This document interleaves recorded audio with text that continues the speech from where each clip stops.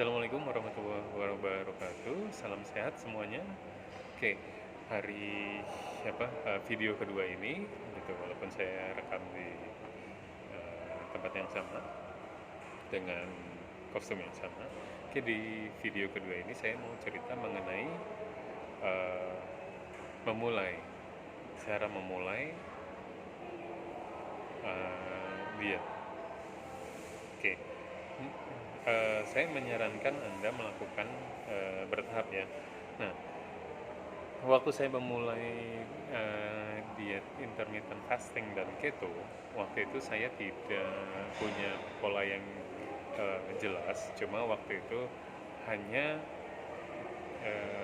dalam pikirannya adalah skip breakfast ke lunch gitu. Dan saat itu, nah saat ini sih kalau Anda mau melakukannya dengan uh, bantuan itu udah banyak banget gitu. Dan ada contoh aplikasi yang saya sekarang juga pakai, namanya Fastic, di Android atau di iPhone itu bisa juga. Nah,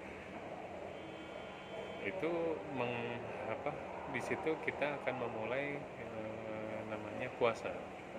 Nah, puasa itu seperti apa sih sebenarnya? Puasa itu adalah kita tidak makan gitu. Artinya pada saat itu kita sudah tidak konsumsi makanan apapun dalam jangka waktu tertentu. Oke. Ya, kita biasa puasa Ramadan atau puasa sunnah. Nah, basicnya seperti itu. Hanya kalau puasa intermittent fasting atau medis ini, kita boleh minum. Nah, apa aja yang kita minum? Yang kita minum, apapun yang kita bisa minum boleh gitu. Lebih ke kopi, teh, air putih gitu. Mungkin minuman lain, kalau jus yang manis atau mengandung itu tidak kita sarankan, karena itu tidak merubah komposisi. Itu masih termasuk ada kalori masuk, ada gula masuk, sehingga itu akan menyetop puasa Anda. Nah, kenapa kita menyarankan untuk puasa dengan intermittent fasting? Pada dasarnya Anda itu atau kebanyakan dari kita di Indonesia itu mengalami satu hal yang sama gitu. Satu hal yang sama adalah kelebihan insulin gitu yang dikeluarkan dari tubuh gitu. Jadi tidak stop di periode Anda hanya selesai makan, tapi terus-terusan. Kenapa? Karena kita juga makan snack, karena kita juga minum kopi susu yang manis atau minum matcha atau dan lain-lainnya dalam satu hari, sehingga produksi insulin itu tidak berhenti di satu sisi gitu. Pada saat Anda selesai makan gitu, insulin itu diproduksi selama jam Anda bangun. Itu yang repot. Kenapa insulin itu berbahaya di level yang tertentu? Karena misalkan ini sel Anda ini pada saat lapar dia akan terbuka, pada saat Anda makan dia akan terisi selnya. Nah, pada saat itu juga ada insulin yang menutup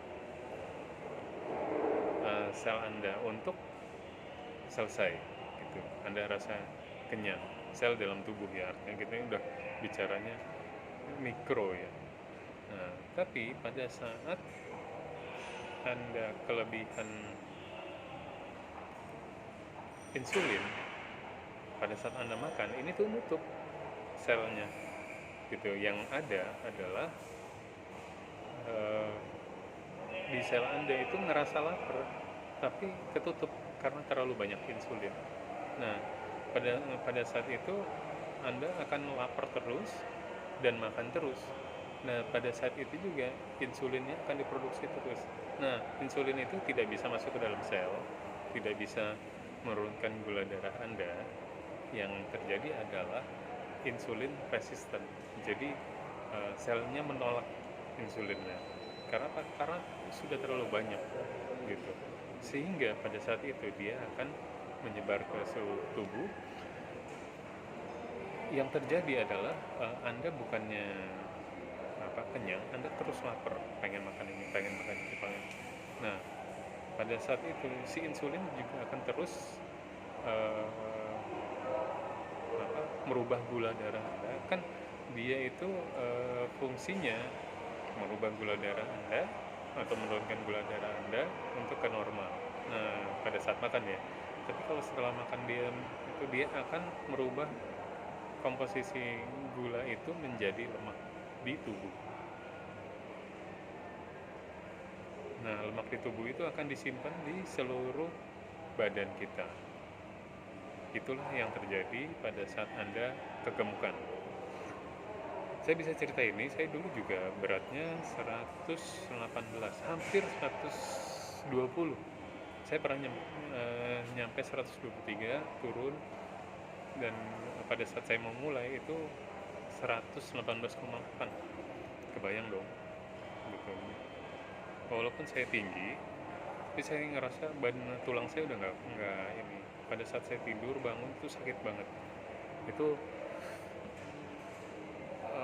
sesuatu yang ya parah lah rasanya. Nah, mungkin Anda ngalamin juga, atau kalau Anda nggak ngalamin gitu, coba Anda introspeksi deh, Anda ada di level mana gitu. Nah, apa yang saya bicarakan ini adalah saya belajar gitu, makanya saya bisa cerita gitu. Dan kenapa saya bisa saya mau share, karena saya juga pengen banyak teman-teman di sini juga bisa sehat ya gitu. Kurus itu bonus kalau kata Mbak Humes. Nah, banyak metode diet yang dikembangkan, banyak modelnya.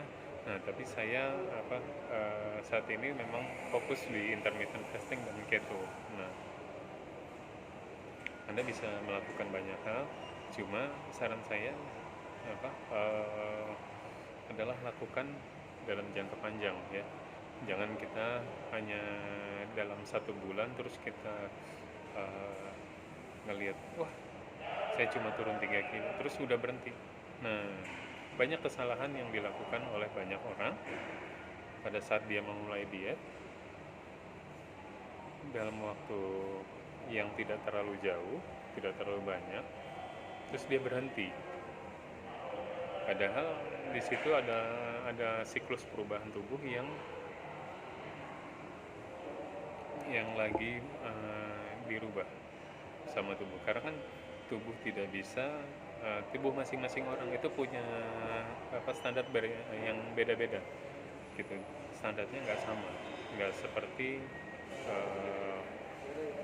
orang-orang yang lain gitu, yang sudah memberikan testimoni. Biasanya mereka juga melewati hal yang sama, cuma mereka cerita testimoni yang mereka bisa sangat cepat. Oke. Nah, kemudian pada saat Anda memulai diet itu, lakukan ya, kalau Anda mau melihat perkembangannya, Anda boleh catat perkembangan beratnya. Nah, pada saat Anda diet, kita kan sukanya melihatnya semuanya turun terus. Nah, kenyataannya dalam diet yang saya lakukan ataupun yang banyak orang lakukan itu adalah turun naik, turun naik, turun naik, turun, seperti itu. Jadi pada saat tubuh itu sedang adjusting, dia akan berusaha naik. Nanti satu saat dia akan menerima, dia akan turun lagi gitu. Nah, jangan heran dan jangan berkecil hati kalau udah seperti itu ya. Oke.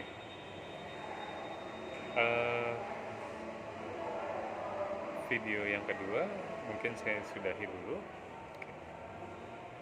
Di video ketiga saya akan cerita step by step ya, step by step untuk kita mulainya nih. Oke. Mulai untuk diet intermittent fasting dan keto.